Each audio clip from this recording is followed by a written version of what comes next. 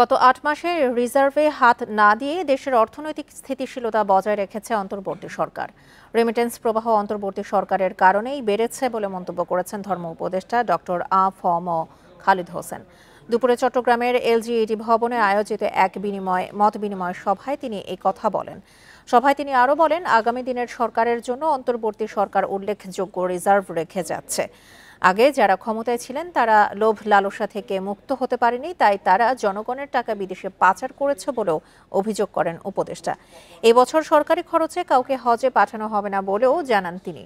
হজের জন্য 200 জন চিকিৎসক ও 1 কোটি টাকার ওষুধ পাঠানো হবে বলেও তথ্য দেন উপদেষ্টা।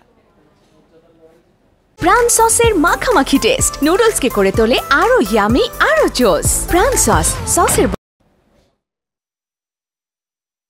আমরা 8 মাস দায়িত্ব নিয়েছি, 8 মাস হলো আমরা রিজার্ভে হাত দিই নাই। রেমিটেন্স বাড়ছে, মানুষের আস্থা বৃদ্ধি পেয়েছে। আমাদের যত লেনদেন হয়, আন্তর্জাতিক লেনদেন, কোটি কোটি টাকার লেনদেন হয়, এগুলো আমরা মার্কেট থেকে সামাল দিই।